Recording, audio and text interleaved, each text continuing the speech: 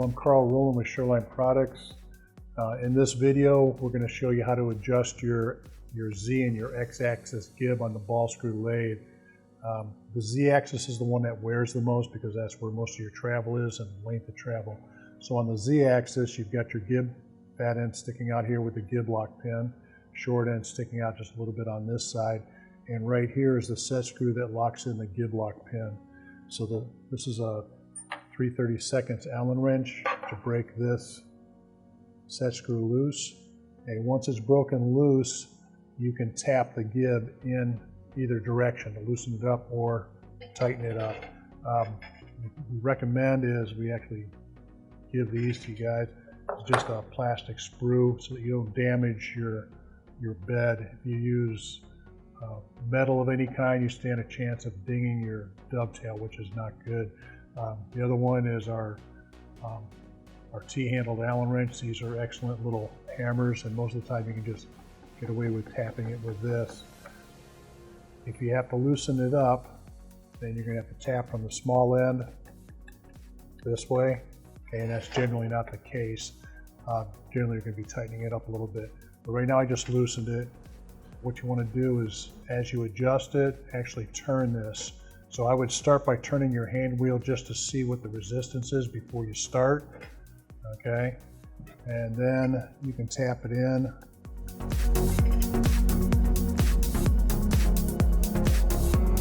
And just go a little bit at a time.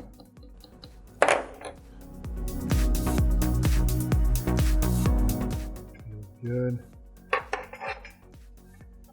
I'm going to go a little bit more. Now, when I adjust it right now, what I want to do is actually lock the gib in place, because if I adjust it and I move the cross slide this way towards the fat end, there is a chance that the cross slide or the saddle, lathe saddle, will move further up on the gib and lock it down even more. This is a tapered gib, so you can literally lock up your saddle entirely to where it won't even move if you tighten this gib too much. So it's a give and take. You want to have it tight enough to get rid of any kind of play, but not too tight, okay?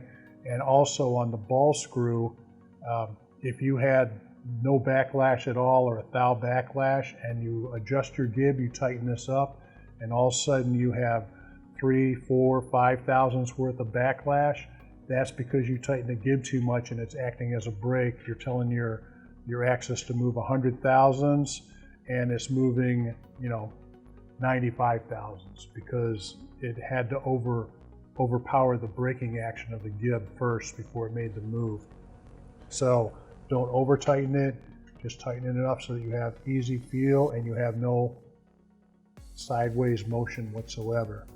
So once that's adjusted, then you just lock the gib lock in place with the set screw, and that guy's good to go. So the Z-axis is the easy one.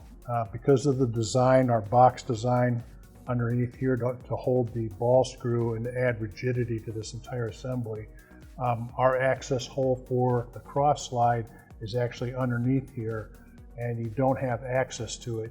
So what you have to do is actually take the base off of your lathe in order to get access to the gib lock for your cross slide.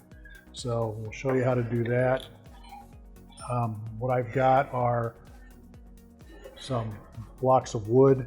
I would highly recommend that you screw these together so they're not individually stacked like I have them here. And we're going to use these to actually rest the bed on. So the overall height has to be higher than your speed control, from the bed to the speed control. So put one right about there, put another stack of 3 right about here. And now what I'm going to do is lift this up.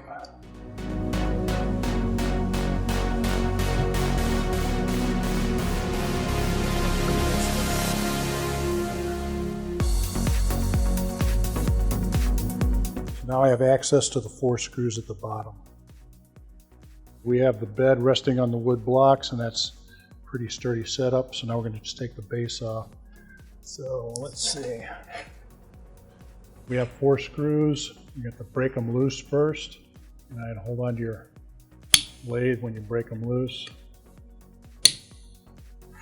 And there. Once you break them loose, then we can just unscrew these guys. Take them all the way out. Set them off to the side.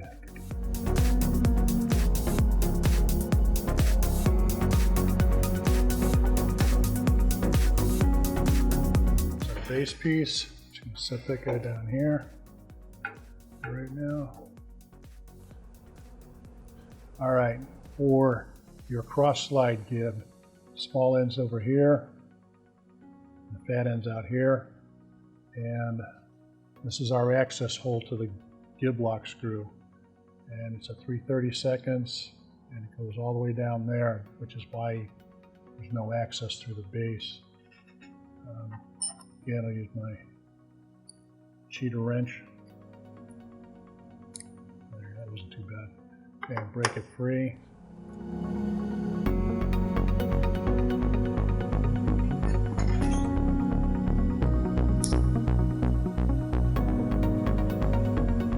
If you want to loosen it up, it's going to be underneath your nut assembly right here. You have to give that a tap and knock it out. If you want to tighten it up, then you're hitting the fat end, which is away from the side opposite of your stepper motor. And again, just put this guy on here. Just give it a little bit of a tap. Lock this up again. Just snug. And then feel what your resistance is like. That's still nice and smooth right there. I'm going to go just a little bit tighter. Lock it up.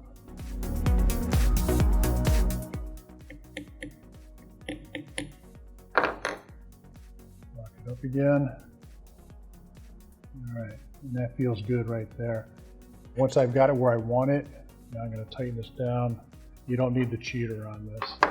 Just tighten it down. What you can get with your fingers right here is tight enough that that set screw's not going anywhere. So that takes care of that guy there. And now I'm going to put my base back on. So I'm going to clean both surfaces. My base. Again. Moving nice.